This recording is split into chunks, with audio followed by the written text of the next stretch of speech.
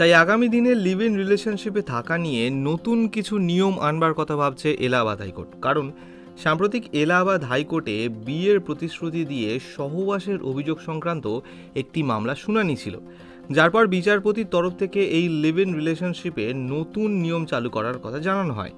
মামলাটি এই ছিল এক তরুণী, যার নাম স্বাভাবিকভাবেই সামনে আসেনি, যিনি বছর 6 ধরে একটি লিভ ইন রিলেশনশিপে ছিলেন।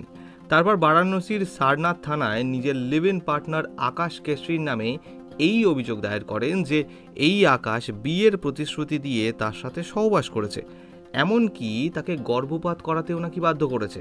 এরপর মামলাটি গড়ায় এলাহাবাদ হাইকোর্টে, যেখানে এই অভিযুক্ত আকাশ কেশরীর আইনজীবী জানান ওই তরুণী তার মক্কেল আকাশের বিরুদ্ধে মিথ্যে মামলা এনেছেন।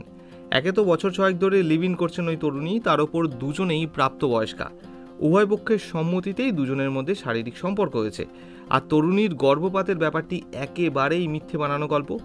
যদিও এরপর এই মামলায় অভিযুক্ত আকাশ কেশরীর জামিন হয়ে যায়, কিন্তু বিচারপতির তরফ থেকে জানানো হয় এই লিভ ইন রিলেশনশিপে সহজেই পুরুষ বা মহিলা সঙ্গীর প্রতি দায় এড়িয়ে যেতে পারে। তাই নতুন প্রজন্ম এর প্রতি বেশি আকৃষ্ট হচ্ছে।